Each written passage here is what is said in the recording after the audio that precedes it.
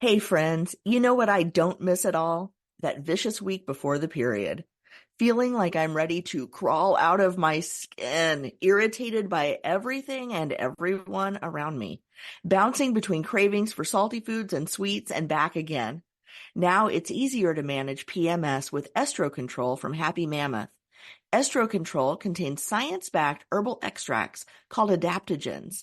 Now, here's the beauty about adaptogens. They help the body adapt to any stressors, like the chaotic hormonal changes that happen naturally throughout a menstruating person's life. And the biggest benefit?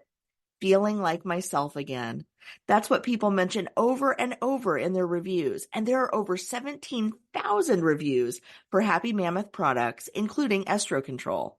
For a limited time, you can get 15% off your entire first order at happymammoth.com. Just use the code CORP, C-O-R-P, at checkout. That's happymammoth.com and use the code CORP for 15% off today. What's up, y'all? Y'all are listening to Living Corporate's flagship podcast.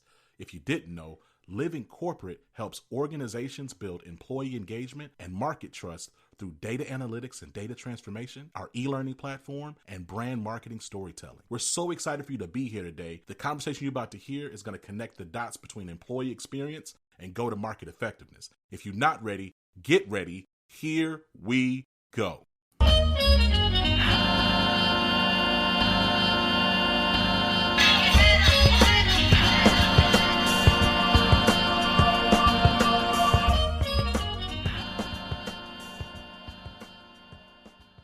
What's up, y'all? It's Sheneisha from Living Corporate, and we're back for another Real Talk Tuesdays.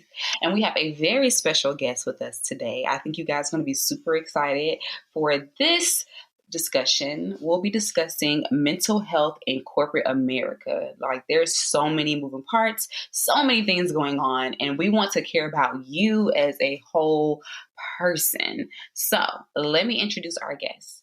Our guest is a trailblazing, doctorally prepared, functional psychiatric nurse practitioner and founder of Aroma Functional Nutrition Psychiatry. She found her calling by helping her combat veteran husband recover from chronic pain, PTSD, depression, and anxiety. She provides practical, real-time application tips for her audience and has an infectious energy. She's a military spouse, Blue Star mother, international speaker, and international best-selling author. Y'all, I'd like to welcome Dr. Tiffany M. Smith. Tiffany, welcome to Living Corporate. Hi, thank you for having me. I'm so excited to be here and have this important conversation. Yes, super important conversation. Definitely glad that we have you to have this conversation. But first, how are you? I am fantastic. It's a beautiful day. I'm just so blessed to be here. I know that sounds kind of cliche, but every day is such a blessing that we Yes, don't have to have with all that goes on in the world. So I carry a lot of gratitude, and which helps my mental health and well-being, because you got to realize it doesn't have to be the way things are, the blessings you have.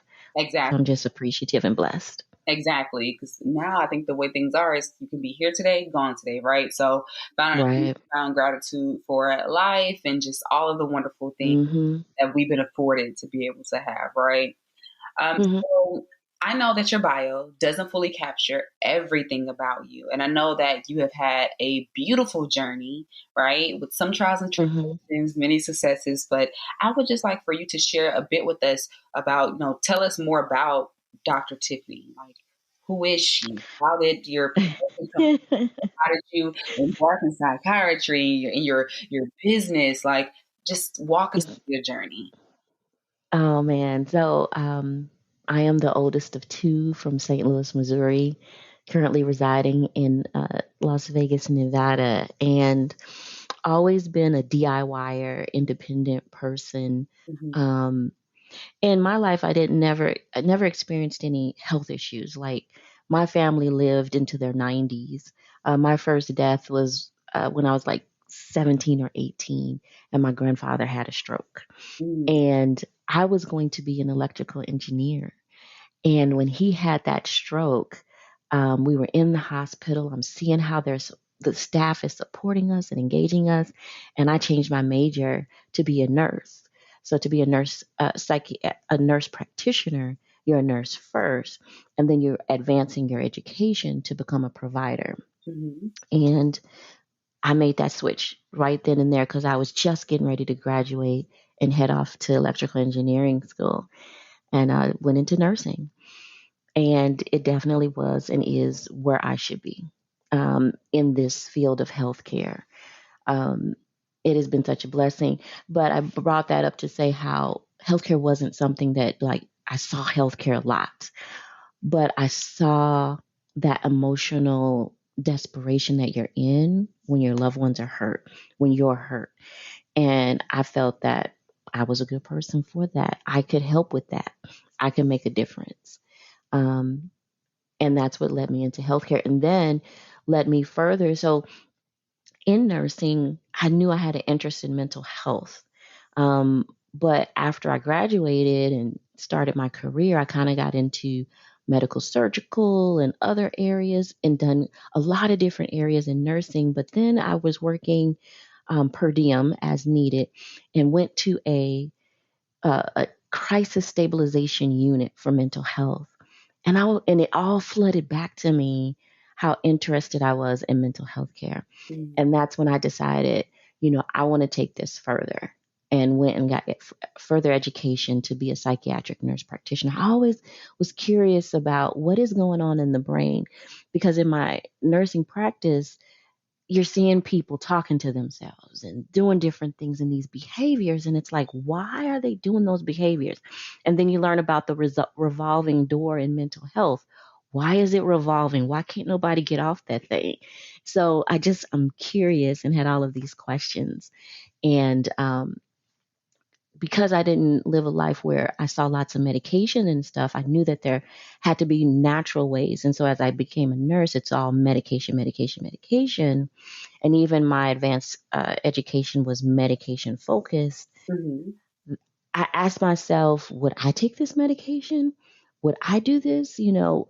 And I didn't have to answer that question until my husband was challenged with some physical issues that also led into mental issues. Being a combat veteran, having had used his body in such a rugged way, he started to have pain over time. And then when you have chronic pain, it leads you into depression and anxiety. You can't live the life that you want to live because this thing is holding you back. So you feel some kind of way about that. So we're engaging in the healthcare system, and the options didn't lead to quality of life. While you might be out of pain, you also might be asleep while you're out of pain. So you're not out engaged in life and playing soccer and having fun. So my husband got to the point where he was like, forget all of this. I don't want any more of this because this is not the answer. And he's also medically trained from the military. And I am, and this is the healthcare system that we know. So now we have to figure out something else outside of what we know. And that was the dilemma.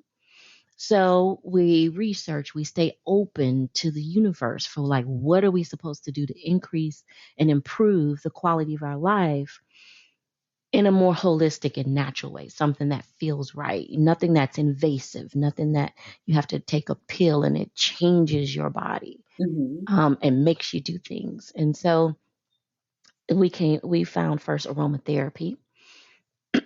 And my husband was skeptical about that. It's just an oil, right? It's just an essential oil I'm going to put on your body. And you think this is going to take me out of pain and make me feel better. And I couldn't find any resources online. I went to Dr. Google. That was overwhelming. So I got a degree in aromatherapy, created blends, and started to find things that worked for him. And he's like, how could this oil you put on me work better than any medication, any injection, anything that I've ever received?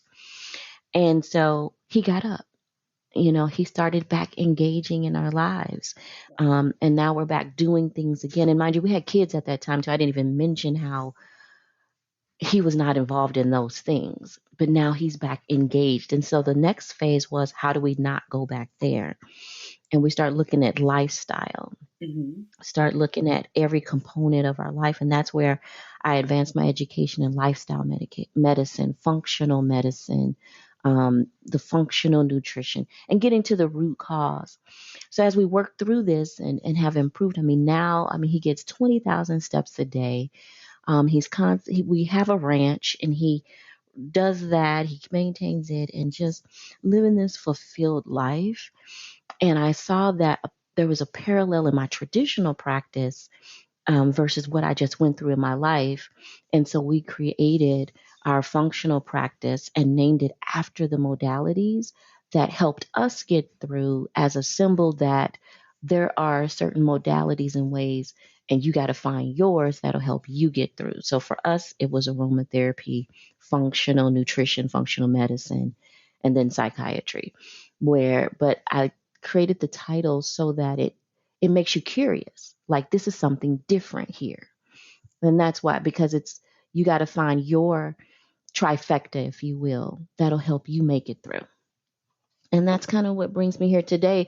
And my further advance from that is I want to empower people on the impact of how they live and how everything is mental health, and mental health is everything.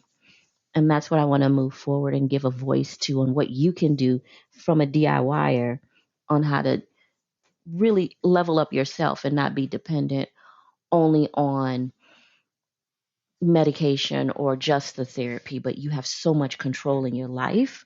And once you realize it, you could take more advantage of it. And you can even reverse conditions or prevent having to take medications as a result. No, I definitely. So congratulations to you and your family. Like, that is huge. The advancement and the transformation that you as a wife has, helped and been a part of for your husband and getting your family back, right? Very, very, really, really huge. And then to touch on the point that you mentioned, yes, you're welcome. You're welcome. To touch on the point that you mentioned, taking control of our lives again and feeling empowered.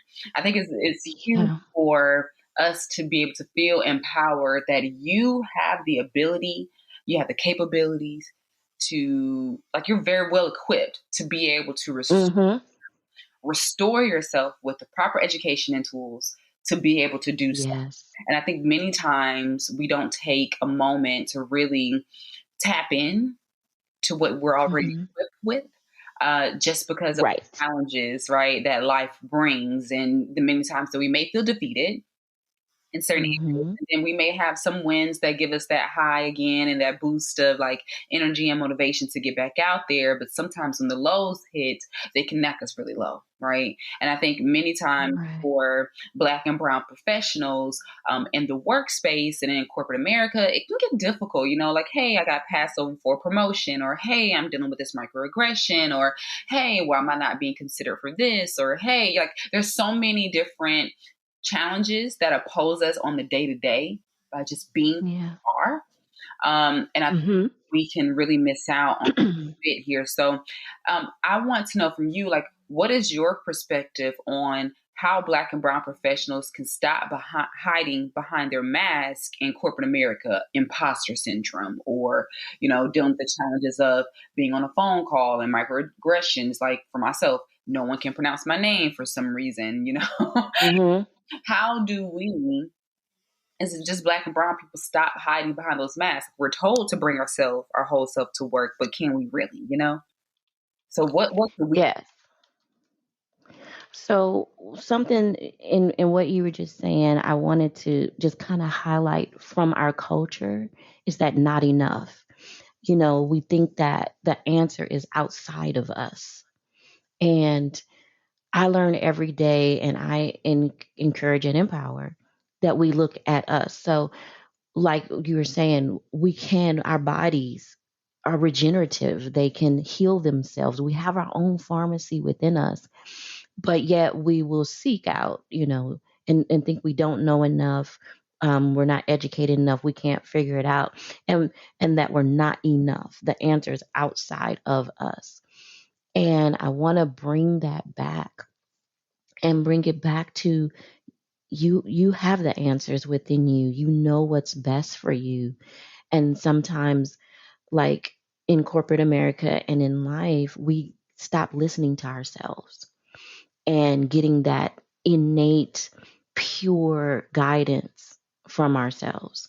And I think that it really begins there. So I wanted to just touch on that, and we can circle back to that later. But that not enough is something that is so prevalent in our culture that we have to acknowledge it and be on the lookout for it and know how to move past that. Mhm. And that's a whole nother conversation we can get down to on any tangent. But wearing masks.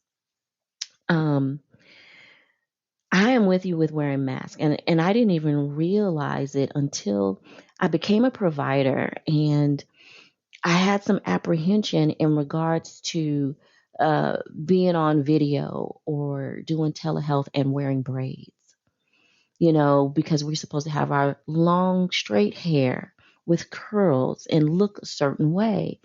And I didn't realize I had a hang up about that. Mhm. Because I wanted to be perceived a certain way or accepted a certain way. And it took me having to really process those feelings and emotions, and um, looking at where I am and just society and everything as a whole to really work with that. And so we have certain generational traumas and, I guess, mindsets that just kind of come down that we don't acknowledge as a culture, that we have to ask ourselves, why do I feel like that? Why do I think like that? Why do I behave like that? So you can kind of get to more of a root cause of what's going on. And then that's why we feel like, then you'll realize why you feel like you have to put a mask on in the first place. Mhm. And so I do wear braids. Now you will see images of me in social media with my braid, just even if it's two braids or mini braids, but I will wear my braids. I will wear my long hair. I did work through that. Mhm. And so sometimes we got to really ask ourselves, okay, why do I feel like I need to put this mask on? Why do I feel like I need to be someone other than myself? And then I got to question the place that you're in. Is it in line with you? Because in corporate America, they have their cultures. And, I've been in cultures that did not align with me. I did not feel welcomed or supported. I felt like I was maybe enemy number one. I couldn't advance. There was always roadblocks. And it's frustrating. So, number one, are you in the place you should be? Is this the place? If it's requiring you to be who you are not, is it the place you need to be? Just as if you were in a relationship with an individual, an intimate relationship, you wouldn't be in that relationship not being you. When they make you feel like you're being someone else, what do? You change that, you get out of that. And so you want to assess where you are. You want to assess why you feel you have to wear a mask. Speaking to imposter syndrome, I guess it goes back to being enough. Um, and sometimes you just have to say, you know what? I am the best me, and I bring uh, my own unique skills, my own unique perspective, my own unique positivity to this situation, because it's not all about this degree or certification or they're asking so much of me. You got to be like, I got this, and stay open and in align with yourself to receive what it is you are to give. And that's not an easy thing to do. So I can even again put myself in a scenario and say, as a provider, you're taught, how to conduct an interview, an assessment, right? So you have questions, and it should go like this, and ask all of that. But you learn that, but what you have to do is learn how to be you and authentic in that, and they don't teach you that. You have to bring yourself um, to what you're doing. And so as a new provider, you feel awkward and like, okay, I feel like I'm reading a script and I feel like I have to put on the mask in this meeting, like I'm all of that in a bag of chips. But at the heart of the thing, like for me as a provider, the heart is the person. So in a corporate situation, the heart is the objective. What are we trying to accomplish? And as a person living in this world, you have experiences and knowledge and how to do just that. It's just fitting it into that case. So always identify, have people around you tell you the beauty of you, because you can't always see it. And so you may feel like you're less than when you are all that in a bag of chips. Right. And sometimes you need somebody outside that can give you that true objective of who you are and how awesome sauce you are. So my first tip is surrounding yourself with people that love you, support you, and will tell you the real truth. Okay, because it's Real Talk Tuesday, right? Right. Exactly. Definitely have to tap into your community and lean into your community more, right? To be able to bring your whole self. If you can't bring it away, Yeah. Finding ways to show up for yourself. And Yeah. with that, touching on bring your whole self, like how can we show up as our whole self in the workspace? Like we have our community, we're leaning in, we're tapping into who we are, we're being real about who we are, and we're tapping into ourselves. But how do we tap into ourselves, our whole self in the workspace? So clarity of self is number one. Mm-hmm. So who are you bringing to the workspace? Two, is the workspace. So you bring yourself. So then with that, what do we think? Oh, if I bring myself, I might what? So like, give me some examples. If I bring my whole self, what could be the risk that could occur? You tell me, Dr. Sheneisha. If I bring my whole self, the risk that could occur, well, do I say the wrong thing? Will I be passed over for a role? Do I say the wrong thing, get demoted? Do I say the wrong thing and I'm excluded and called? If I have a question, type in the chat. Is anyone looking at my question when I raise my hand? And I'm in a virtual space, guys, so this is my perspective. Virtual space working remote, if I raise my hand, is my, thought being overlooked in conversation? If I ask and is my question even really being considered, or am I being told I'll get back to you, or just not being included into the group or the team if I show up as my whole self? So I had a stigma thing about braids too, right? Like, oh, I don't want to come braids. I've been told before. I've been told before that, oh, you look better when you don't have those things in your head, right? When I wore my hair one day. So it's like, oh, wow, if I bring my whole self, it's not being valued or appreciated. And I heard you earlier, is this place for you? But I think many of us are caught in the space of, they give me great benefits, I'm being paid extremely well. Yes. It doesn't matter if I bring my whole self to work. Like, oh, I could put my off for $1. I can put my whole self off of the salary. Right. And all these opportunities. That's where I wanted to go. Afford it. Right. Yes. Yep. So. Yep. That's where I want to go, is having that courage. It's courage that you have to have. What if, I need to leave this job?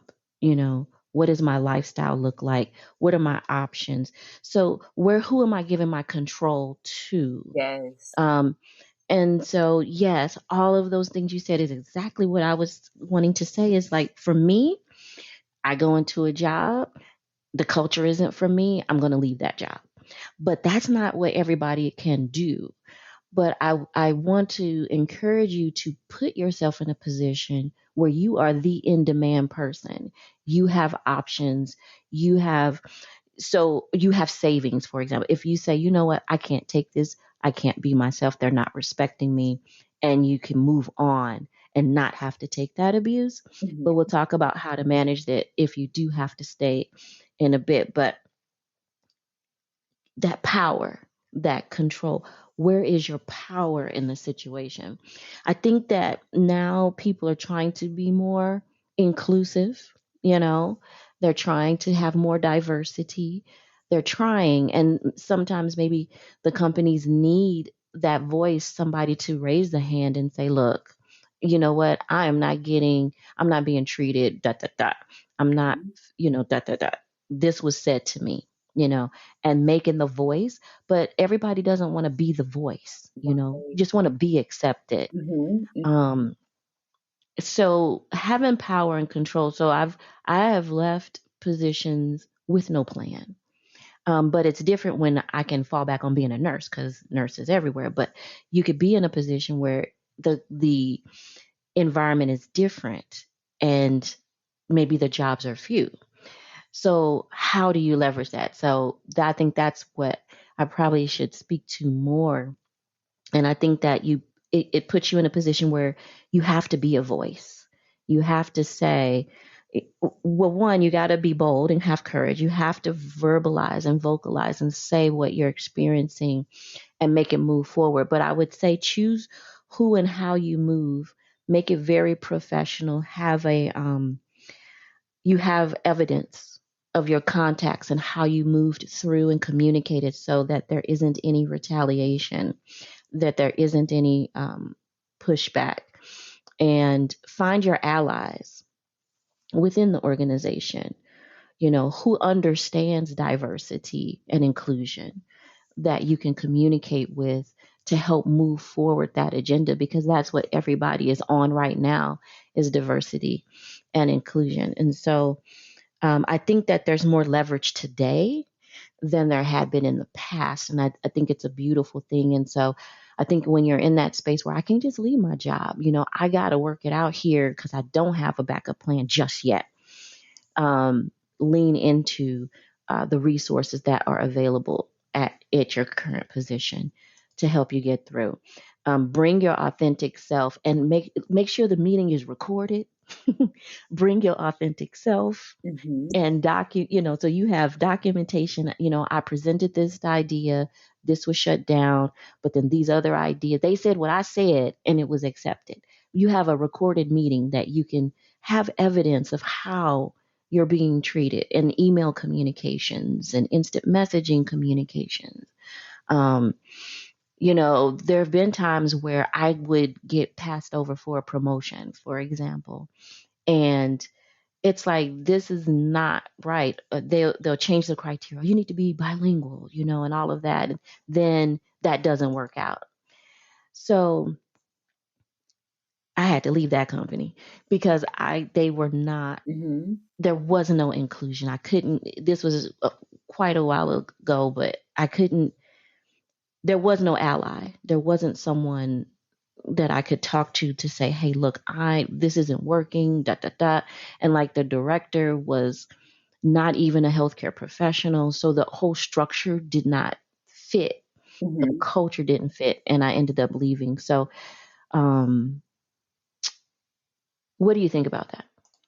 What I think about that is it speaks volumes to what many of us are still experiencing today. Though DEI, the surge of influx when George Floyd happened, it's like we're all about it, right? Now things are starting to be a little quiet. We're not hearing as much. And it just speaks to really just the environment, the atmosphere around DEI and work when we look at inclusivity altogether. Like, these things are still happening. It's still present. Mm-hmm. And many people are feeling looked over, passed over, and like they just cannot be them whole selves in the workplace. And I definitely think it's impacting us on another. Oh, yes. When we think about our physical health, spiritual health, mental health, it's emotional. It's a lot. And I don't think sometimes that we take a moment to really care for ourselves enough. So the question to you is how can Black and Brown people in the corporate space, right? How can they mentally recover in general, and then specifically microaggressions? Like, how can we take a moment for ourselves to have a recovery phase? Yeah, you want to think of it like having a mental health toolkit, where you have those things that help you to kind of woosah it out. You might need to step away and listen to some empowerment music. You may need to have your affirmations.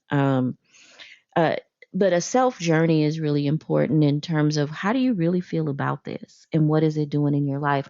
One of the things I just love today, and I love our life, because what I realized was there were no words for what we were experiencing as a culture in the past. And just like after George Floyd and stuff, I started to learn words that encompassed what we've been feeling for generations. And so what we experience, all of these microaggressions on a daily basis, it's called weathering. It's just breaking us down little bit by little bit, mentally and physically.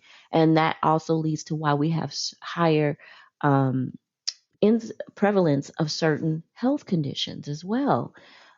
So we have to say, okay, I got to think about me. I got to put me first. And so self care is something that is extremely important to make it in this environment, to make it in this culture. Um, so I respect everyone that is in these situations and that are struggling and trying. And I know we can't even speak to all of the circumstances, but at the end of the day, from my mental health perspective, it's all about taking care of yourself and doing what you feel is right for you in that situation. So I think also as a culture, and I love saying as a culture, if you haven't noticed, because I know for me, when we say that there is a culture, I feel a part of something. Mm-hmm. Coming up, we just dealt with it and nobody talked about it. I mean, we might make some comments or some jokes in family settings, but nobody talked about what we experienced on a daily basis. And so I love to say that we are part of a culture because we are acknowledging it exists. We're acknowledging that we are experiencing this thing. I don't care where you are in life, what you're doing, we're experiencing it. And to say we have a culture, I feel so united with other people that get it, Mm-hmm. those things that can't be said in where it might be like, oh, well, we experience that too. But when you say that culture, you get that other stuff that can't be said. So I just love saying that, our culture. Right. But I wanted to say in our culture, when you look at self-care and self-love, it's like, yeah. Self-care, self-love, yeah. But really, really think about this. We have a huge I can't get the word out. Matriarchal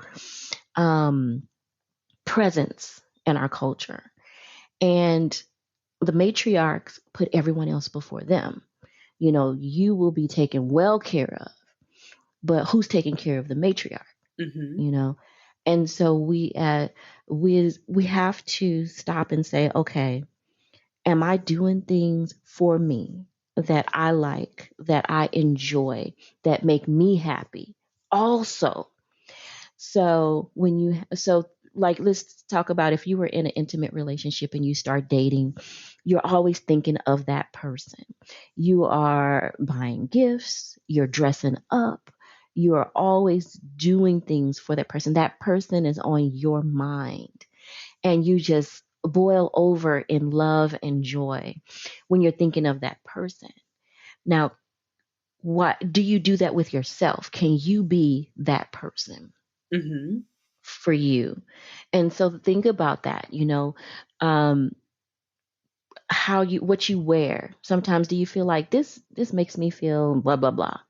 Do you say, wow, you know what, I got pretty eyes? Do you compliment yourself? Do you um engage in things? I forgot, just being an adult, I forgot that I was a reader. I forgot I played the flute, different things like that. And I found that in my husband as well. And we're like, I'm like, you used to play the sax, so Mm-hmm. we forgot and we've lost ourselves. And this is why self-care is so important. You want to reconnect with you, that true you, that whole essence of you.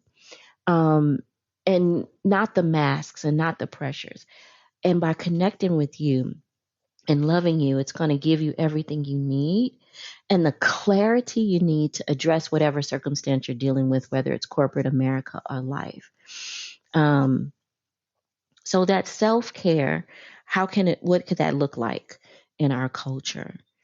And I want you to think not the lack of doing it, but also what you're doing. Mm-hmm. If it's taking a cup of coffee and just sitting in the morning and scrolling social media, and then if it's good social media for you, or just taking that walk for yourself.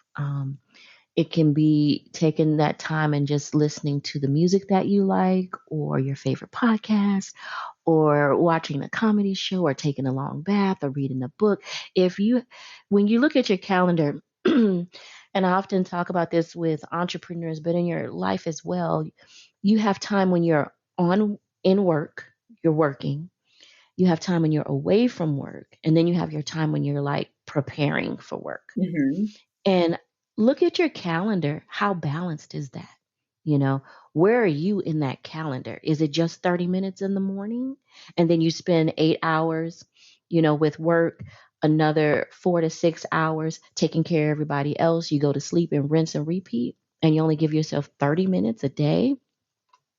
Or are you saying, you know what? It's Mama's Day today, see y'all later. Mm-hmm. And you go refresh and renew yourself. So look at your calendar, and where are you in the calendar?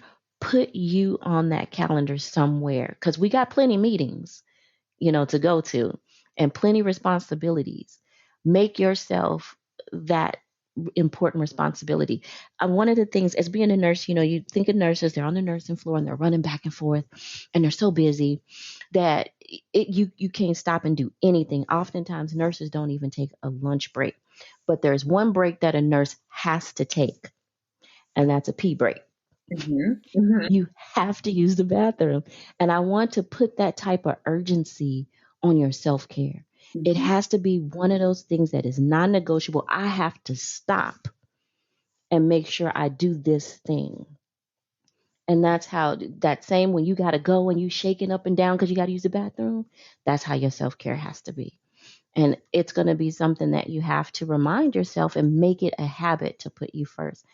So I think that is huge, that self-care and self-love.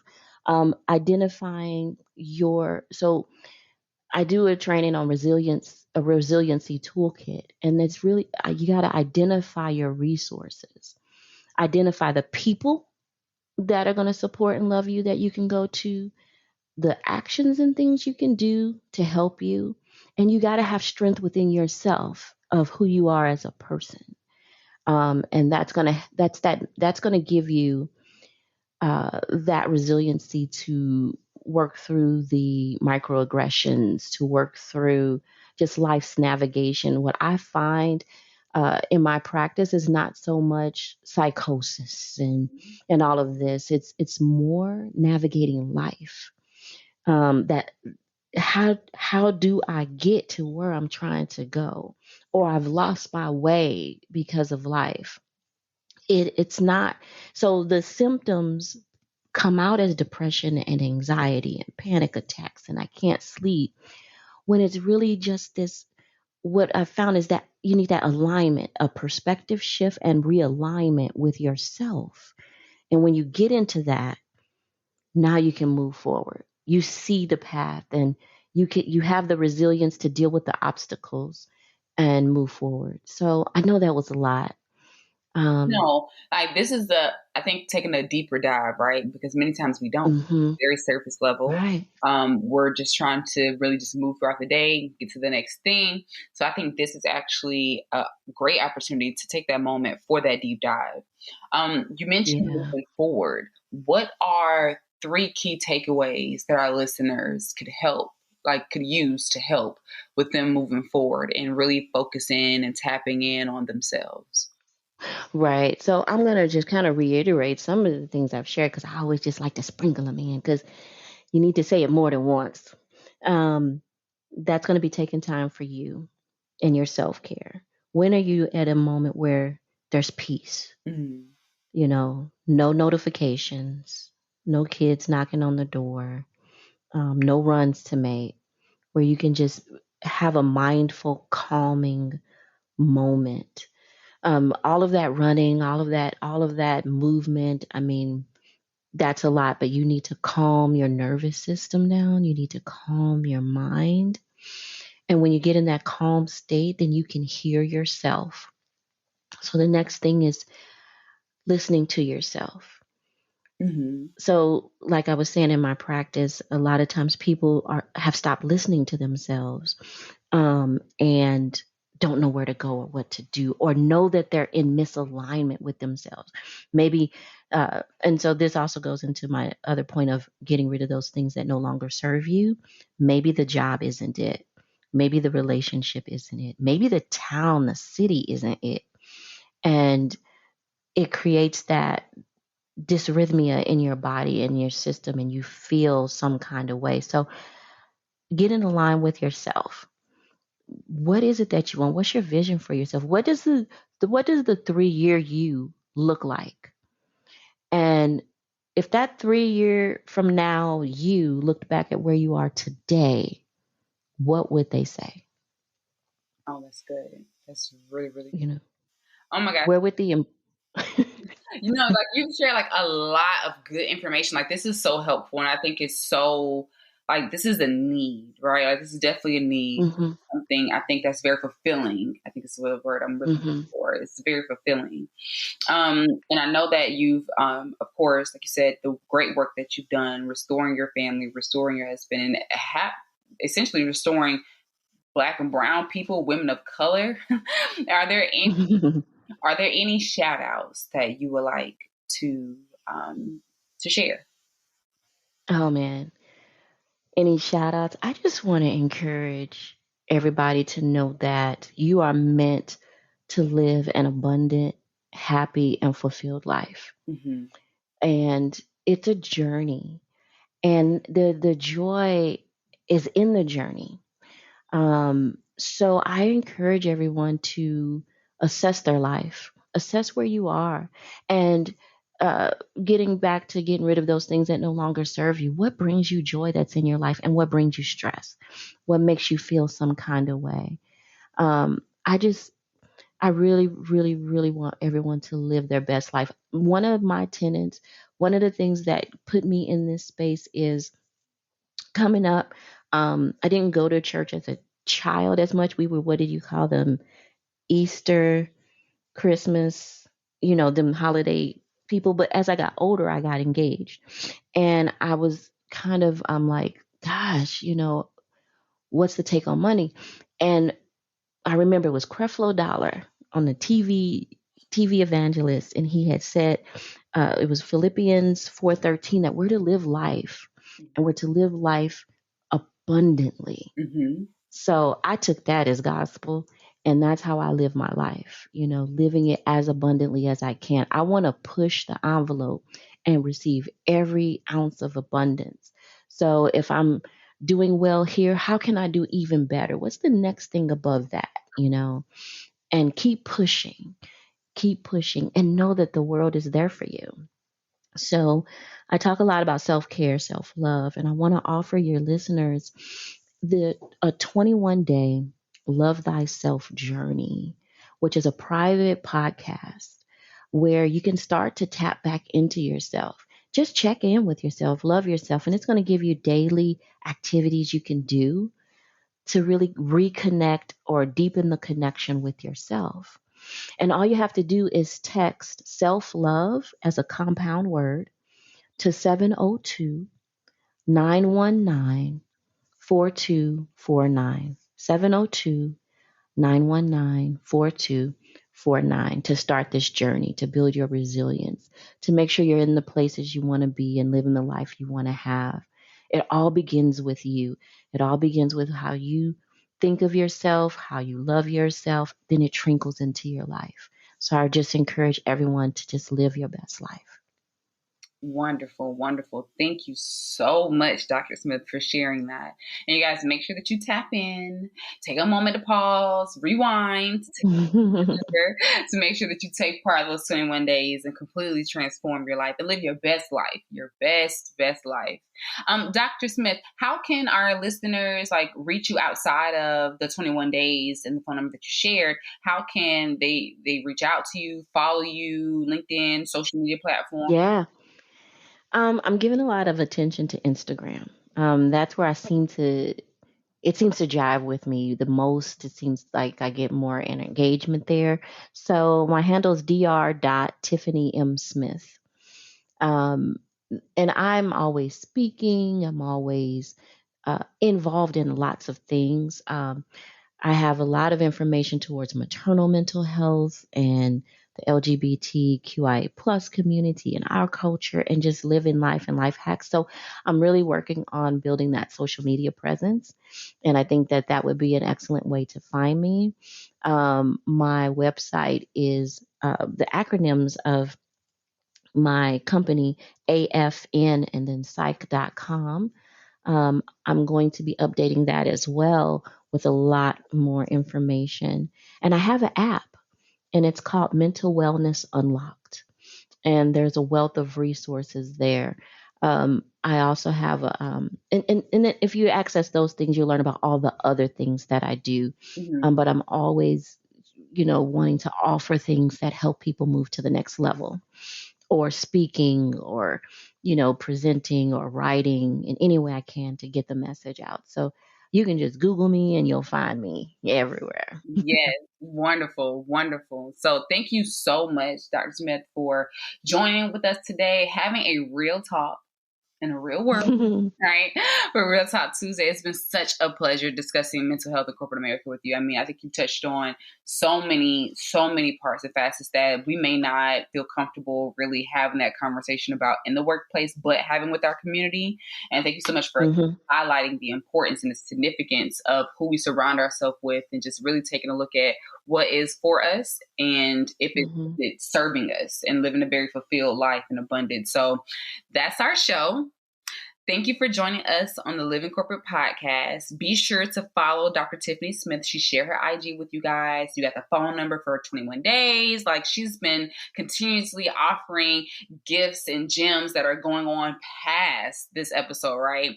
And then make sure that you follow us on Instagram at Living Corporate, on X now at livingcorp_pod, and subscribe to our newsletter through the Living Corporate website. Like, I genuinely would love to hear from you guys. I would like to answer and read any questions that you have here on the show. So you can email them to us at the livingcorporatepodcast@gmail.com. This has been Sheneisha, and you have been listening to the Dr. Tiffany Smith. Peace. Living Corporate is a podcast by Living Corporate LLC. Our logo was designed by David Dawkins. Our theme music was produced by Ken Brown. Additional music production by Antoine Franklin from Musical Elevation. Post-production is handled by Jeremy Jackson. Got a topic suggestion? Email us at livingcorporatepodcast@gmail.com. You can find us online on Twitter, Facebook, Instagram, and living-corporate.com. Thanks for listening. Stay tuned.